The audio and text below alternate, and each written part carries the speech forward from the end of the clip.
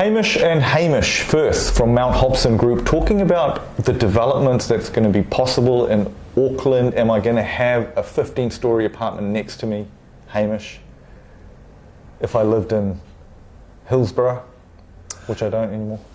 Unlikely you're going to have a 15-storey building in Hillsborough. So Plan Change 120 has been in the mix for perhaps the last 8 months or so, and everyone was able to make submissions and complain about wanting more or less or nothing, or just complaining for the sake of complaining, and council's considered all of those views. And they've sort of come back and said we want to concentrate development within 10 kilometres of the CBD, and we want to concentrate development around the new train stations. So if you're out at Hillsborough, it's unlikely that you fit within those criteria, and you won't be subject generally to intensive development. Because trains find it difficult to go over hills. Yeah, they need tunnels, and they're not building a new train network. So there's no train network out Hillsborough way. So I'll just have to catch 5 buses to try and get in to town. So that sounds simple enough. I don't need to panic unless I see a train station, a new one opening up next to me. And no new train stations are opening. And I've also got to emphasise that we're only sort of halfway through the process. So once council release their, reorientation of Plan Change 120 to the public, further submissions, so another round of angst and people writing in and explaining why they're right and council's wrong will happen. That's easy. How long will that? I think that'll come out sometime in August, perhaps allowing for submissions in September. Then council will review all of those and then have hearings all the way up to, I would suggest, February, March of next year, when they will then compile what they think the final decision should be on Plan Change 120, and then they present that to the government mid-next year. So we're thinking Auckland Central, the new city rail link stations. Yes. What about major bus routes? Is there any changes to what it is there now? Like, do you foresee any new uprating of these zones? I would actually like to say I would like to see it. So if you went out, the A to B, so that's the airport to Botany, there's a designation that's been approved which allows for route protection to allow for a continuous bus lane in both directions, which allows for that East Auckland area to be opened up with really good public transport. I would suggest to you that would make really good common sense to allow for intensification once that has been financially approved. In the same way, the northwestern bus route protection and money is being put in place. I would hope that council sees it in the very best interest that they provide the zoning now. Now, it might be zoned subject to the busway going in, but at least you don't have to go through this process of waiting and hoping that density will happen. You don't put a bus station in a place where you don't have density. So you allow for both to happen at the same time. So I'm hopeful that that will happen. Hopeful. And so I guess the thing is, just to go back a step, if I'm looking at the unitary, if I go online and I Google unitary plan, so I'll have zoning, I'll see different zones, and I put my address in and I'll see an urban zone, suburban zone, or single house zone.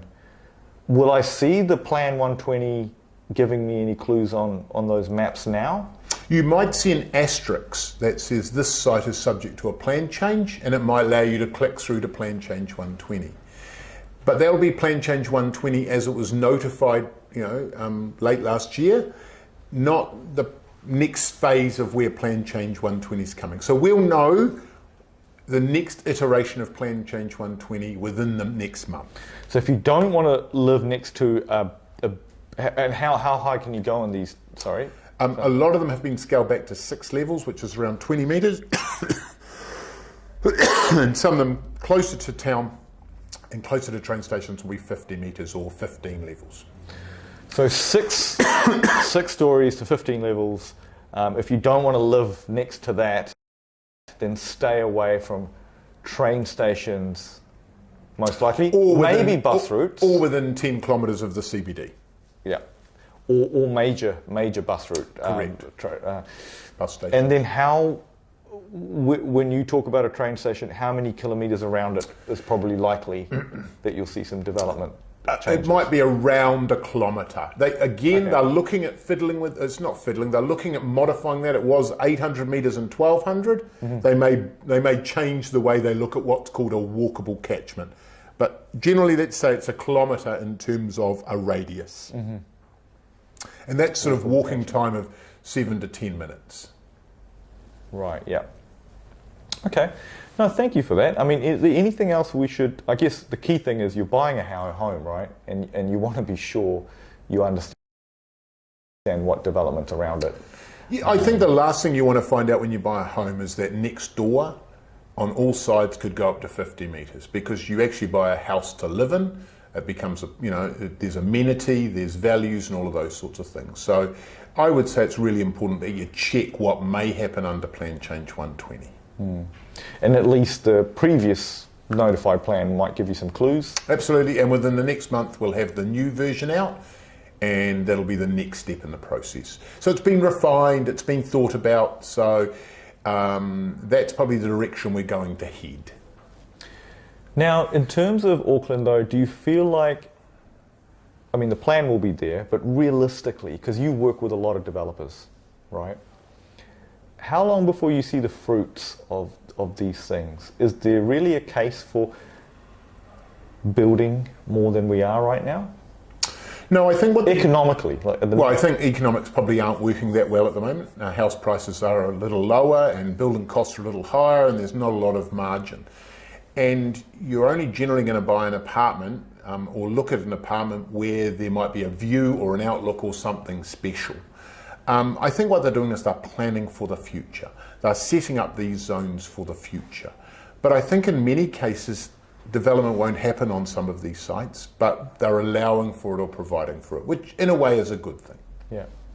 And it could be, in terms of the economics of it, I know it's hard to say, but would you say there's a percentage, if house prices went up by a certain percentage, then you start to see building happening?